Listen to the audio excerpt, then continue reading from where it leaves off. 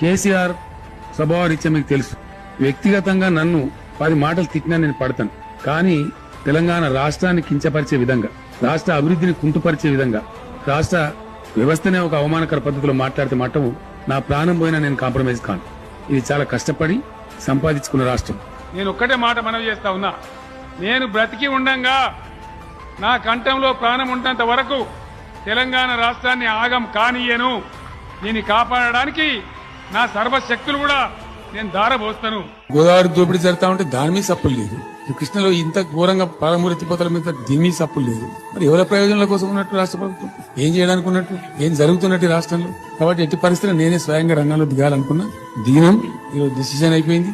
2-3 రోజులలో ఎవరితో సరే కొట్లాడతాం. తెలంగాణ కోసం భయపడం. దాకానే పోతాం. కొండ మీద గోపైనా సరే కొట్లాడతాం తప్ప ఇడిచిపెట్టాం.